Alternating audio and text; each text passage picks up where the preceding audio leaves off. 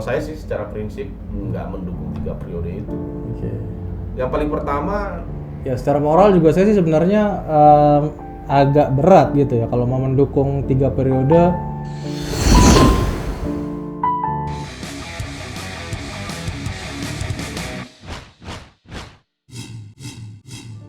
selamat datang kembali di channel Satrio Bushido Library. Hari ini saya tidak vlog, artinya saya sudah kedatangan teman rekan saya cukup lama waktu masih kuliah. Jadi kita nih nanti ke depan program di Satrio Bushido Library ini akan kami pandu, akan berduet. Kami pandu program ini bagaimana biar bisa lebih menarik dan kontennya lebih variatif. Oke, perkenalkan teman saya, Bung Iqbal Notonegoro ya. Oke. Ya. Apa kabar sekarang ini? Sehat-sehat. Oke. Dari lama ya kita kenal. Aku kenal sama Bung Juson Oke. di Medan. Kemudian ada ide ketika kita sama-sama di sini buat eksis di media sosial. Khususnya nanti kita akan bersama-sama di YouTube bersama dengan teman-teman juga kalau ada yang mau Ya, masuk untuk isu-isu sosial ya. isu sosial, isu-isu pribadi juga boleh. Yang penting Yeah. menarik lah. Channel Satrio Bushido ini kita akan gawangi berdua, ibaratnya kita duet nanti sampai waktu yang cukup panjang. Mudah-mudahan kita bisa konsisten eksis Ya. ya. Dan tetap kita mengikuti protokol kesehatan supaya tetap kita berharap positif lah negara kita ini ke depannya ya, nggak ada lagi corona mudah-mudahan. Oke. Thank you, Bung Iqbal.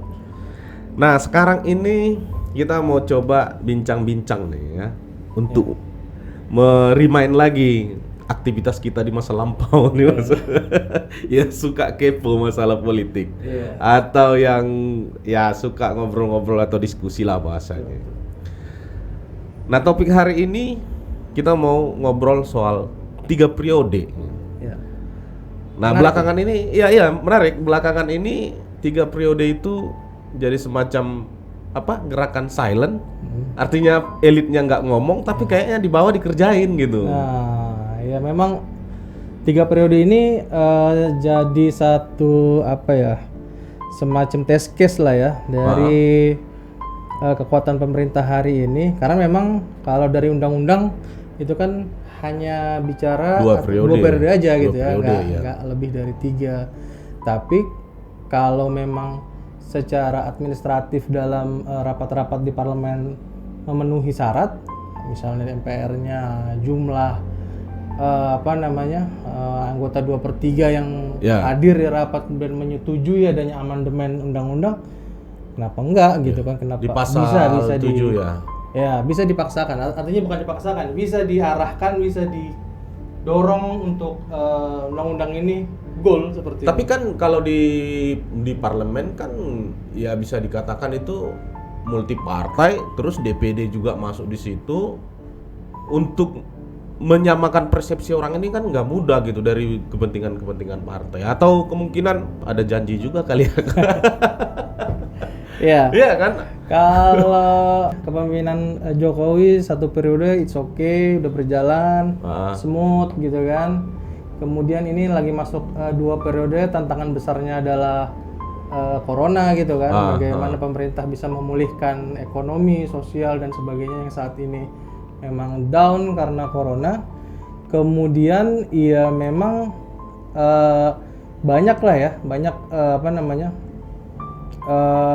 hal-hal yang menjadi janji-janji pemerintah yang belum dieksekusi dengan baik, dan juga banyak juga program-program yang tidak berjalan dengan maksimal. Saya rasa agak sedikit memaksakan memang. Tapi kalau misalkan 3 kondisi itu jadi semacam ya pembenaran lah ya bagi politisi bahwasanya ya situasi ekonomi kita lagi gawat, ngapain lagi bikin pemilu, udah langsung aja dipilih oleh parlemen lah periode berikutnya. Itu yang resist malah jangan-jangan koalisinya pun resist, pecah. Ya. Sekarang udah solid nih koalisinya nih. Ah. Koalisi PDIP dengan kawan-kawan partai lainnya yang kemarin mengusung Jokowi 2 periode itu udah sangat solid. Tapi kalau misalkan ada isu ini kemudian ini mau dieksekusi, saya rasa resist nih beberapa teman-teman partai yang kemarin mendukung akan terjadi ada inilah kisruh lah ya. Tapi bisa jadi ya. Tapi ya tergantung juga, kalau menurutku ya gini. Kalau misalkan di partai koalisi lah katakan ya, minus pendukung pemerintah, ya minus PKS sama Demokrat. Kalau misalkan mereka seperti formulasi sekarang sama-sama dapat posisi dan figur yang akan menggantikan siapa yang mereka dukung untuk dicapres yang paling potensial di 2024, ya bisa aja resistensi itu nggak muncul. Karena prinsipnya kan ini apa yang menjadi kebutuhannya ya terpenuhi juga. Rotinya udah dibagi rata gitu. Kalau rotinya sudah dibagi rata, ya bisa aja nanti di lobby-lobby selanjutnya ini ya memang akan ya wes lah jalanin aja gitu kan, mau 3 periode atau berapa periode pun gitu. Soalnya saya pernah baca satu artikel ya tentang 3 periode pasca dibunyikan sama si Kodari itu yang 3 periodenya itu tapi wakilnya itu Prabowo gitu kan, Jokpro ya? Kalau nggak salah tuh ya. Nah, yang saya baca di situ memang skenario itu menurut analisanya itu skenario itu bisa aja terjadi dan itu bisa aja disetujui oleh parlemen untuk melakukan amandemen itu. Dengan catatan mereka jangan ikut lagi pemilu gitu, mereka disambung juga 5 tahun lagi. jadi ya. Misalkan nih anggota DPR MPR misalkan kan nggak ikut lagi pemilu 2024, artinya mereka diperpanjang juga periodenya. Dan ini juga hanya yang dilakukan itu pemilihan ya di tingkat kabupaten kota aja, ya mungkin mau juga kan amandemen. Kos politiknya lebih murah. Politiknya yang pertama dari kos politiknya secara kenegaraan pasti lebih murah daripada dibanding yang pemilu langsung kan seperti 2019. Yang kedua ya kos politiknya secara pribadi nih orang-orang yang ada di parlemen dia nggak perlu lagi kampanye. Nah itu makanya 3 periode ini menurut saya itu ya di satu sisi, tapi kita nggak tahu ya kalau figur-figurnya akan muncul mungkin meyakinkan publik bahwa ada alternatif atau setidaknya mengganggu konsentrasi barisan koalisi pemerintah ini, ada calon alternatif atau figur alternatif untuk di 2024 yang paling cocok, mungkin resistensi akan muncul misalkan kalau ada gitu. Nah tapi kalau itu misalkan tetap isu bahwasanya ada calon potensial terus dibonsai terus ya yang di benak masyarakat itu ya kalau kita lihat dari survei itu ya itu doang kan Prabowo. Jadi kalau dilanjutkan 3 periode misalkan Jokpro itu ya kemungkinan nggak ada calon lain gitu. Ya kalau calon alternatif beberapa lembaga survei sudah mengeluarkan beberapa nama lah ya, bursa yang keluar dari mulai Ganjar, Pranowo, Pak Ganjar, kemudian Ridwan Kamil namanya keluar. Kemudian Anies Baswedan gitu kan. Tapi kan mereka saat ini kan masih concern di wilayahnya masing-masing gitu. Dan juga belum ada kelihatan kayak semacam pinangan politik terhadap mereka untuk bersaing lah di 2024 nanti. Kelihatan mereka masih menjaga lah ya etika karena situasinya masih pandemi sekali lagi emang situasi ini. Tapi 2022 kita nggak tahu gitu kan. Karena presiden sudah mentargetkan 2022 ini kan sudah pasca endemi gitu kan, sudah pandemi lagi. Tapi belum tentu juga. Sekarang aja udah ada varian mu katanya lagi. Nah, kalau ya aku pikir kan gini. Oke lah dari sisi proses vaksinasi, kan prosesnya kan ada berapa bulan lagi kan sampai kelar misalkan semua itu. Kalau positive thinkingnya kan presiden bilang 2022 endemi gitu kan. Sudah kita bersahabat lah dengan COVID-19 gitu kan. Artinya kalau sudah seperti itu ya tentunya beberapa agenda politik nih akan kelihatan nih ininya muncul ke permukaan seperti itu. Tapi menurut saya kalau agenda politik atau katakanlah semacam hasrat oleh kelompok-kelompok politik baik itu partai politik maupun tokoh-tokoh tertentu ataupun lingkaran-lingkaran yang sering kita dengar itu apa binaan oligarki yang kayak gitu-gitu kan. Ya, buzzer. Menurut saya itu nggak akan ada pengaruhnya terhadap pandemi atau enggak, mereka tetap gas aja itu. Buktinya kemarin itu waktu masih ganas-ganasnya darurat itu ya masang-masang baliho capres juga mereka. Oh iya, mahal juga tuh kan. Walaupun efeknya nggak ada. Keluarin Tetap yang duit naik aja. di survei itu bukan mereka Iya. gitu loh. Nanti maksud saya itu ya kalau politisi itu pasti dia tabrak semua itu. Iya. Termasuk ini kan 3 periode ini kan termasuk menabrak konstitusi yang sudah ada wacana ini kan.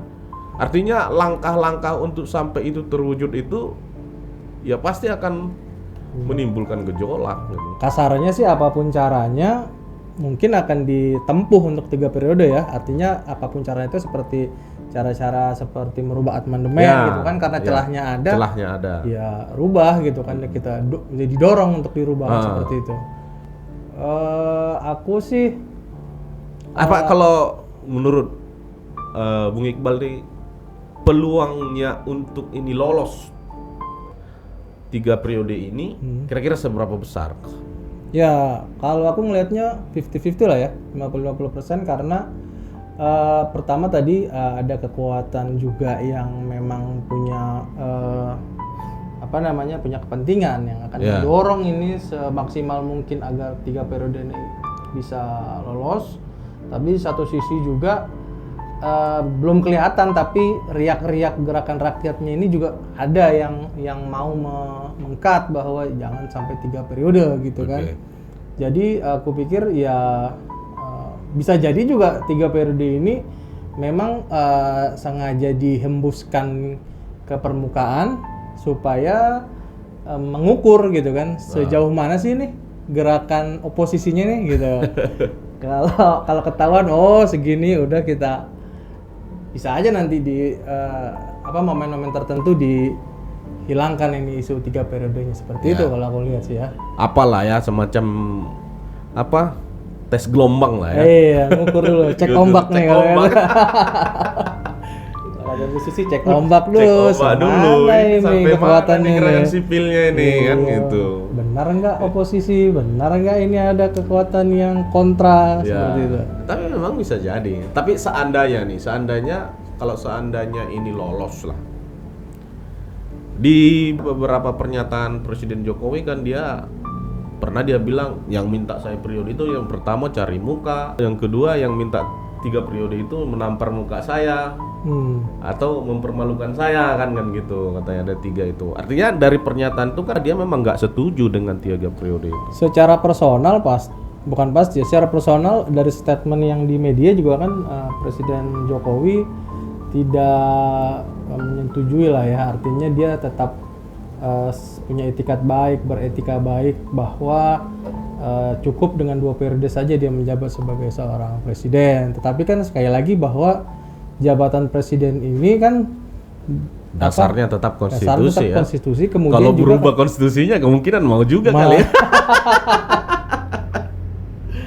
Tergantung kekuatan yang mendukung. Iya sih.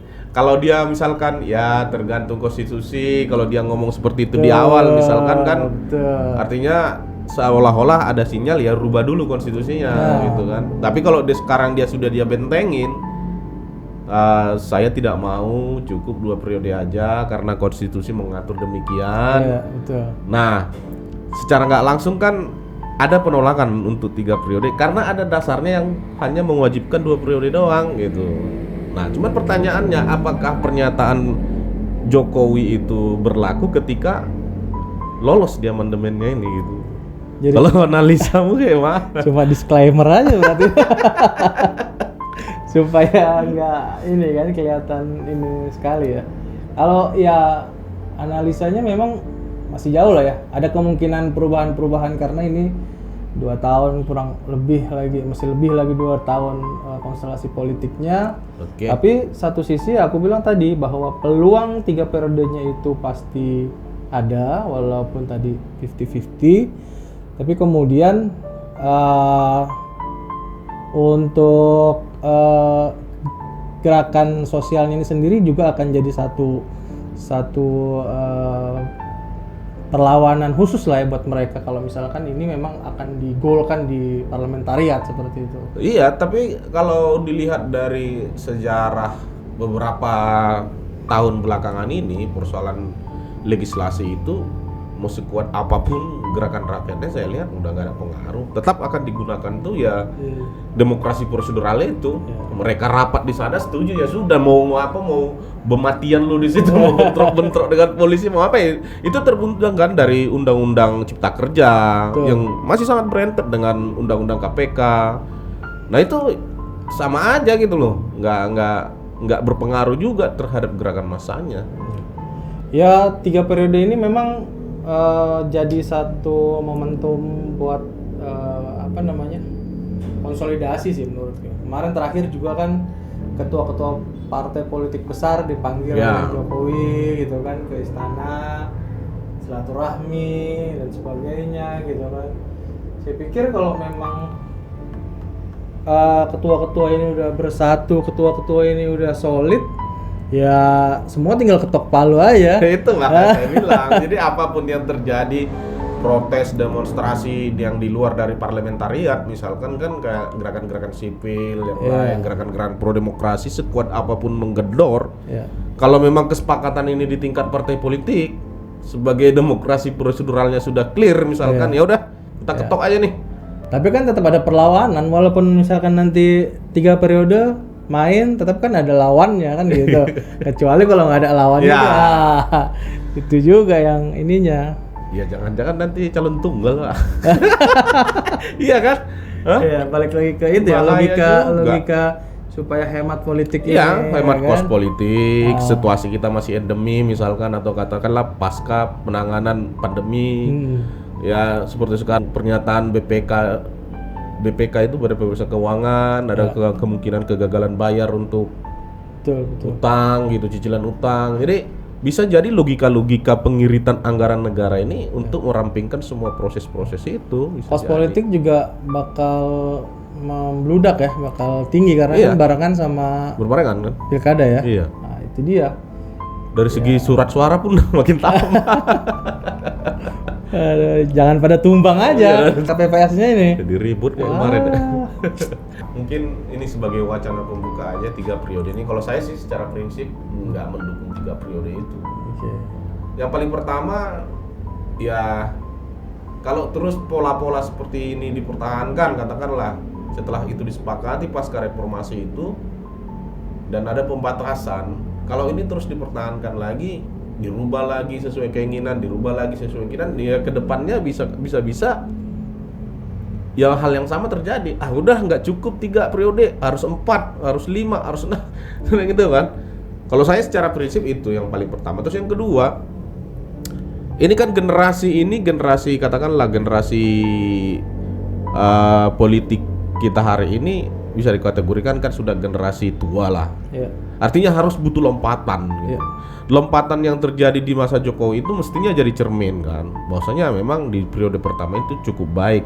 Butuh tokoh-tokoh baru ya. Iya, butuh tokoh-tokoh muda baru, dan masih banyak menurut saya yang perlu dipublikasikan atau perlu di-endorse oleh siapa saja yang memang memungkinkan untuk jadi pemimpin. Ya secara moral juga saya sih sebenarnya agak berat gitu ya kalau mau mendukung 3 periode untuk ke pengusaha atau pemerintahan hari ini, karena memang satu sisi ini bukan satu pendidikan politik yang baik ya buat seluruh masyarakat Indonesia pada umumnya. Kemudian juga yang kedua ya memang kita lihat banyaklah beberapa janji politik, kemudian beberapa program yang tidak terrealisasi, kemudian juga itu jadi satu ukuran bahwa kita harus mencari calon baru yang bisa menerobos ini supaya negara kita lebih baik dari saat ini, supaya hutang-hutang kita yang saat ini sangat besar ini bisa segera diselesaikan lah, bisa dicicil atau seperti apa cara bayarnya gitu kan, atau mau kayak Argentina dulu kan, dia bilang nyerah, nggak mau bayar lagi, selesai gitu kan, karena kita Kreditur. Dalam, ya. Ini bisa kayak BLBI negaranya kan ada masalah. Kreditur bermasalah. Iya, kita menyerah aja udah nggak mau bayar gitu kan. Berani nggak kita kalau begitu kan? Kalau ada pemimpin yang siap untuk bicara begitu. Tapi mungkin Argentina berani melakukan seperti itu karena mereka juga tahu mungkin kalaupun dipaksa harus menggadaikan aset mungkin nggak sebanding dengan yang dia pinjam kali. Tapi kalau Indonesia menyatakan sebenarnya ya udahlah 1 Kalimantan sama gawat juga kan. Doktrin NKRI harga mati bisa kacau kan. Itu dia. Janganlah sampai gada-gada pula. Ampun kita udahlah cukup Timor Leste aja. Oke. Ini udah melebar kemana-mana nih masalah 3 periode ini. Tapi teman-teman, kami minta pendapat kalian. Kami ngobrol di sini sebenarnya sebagai pembuka diskusi.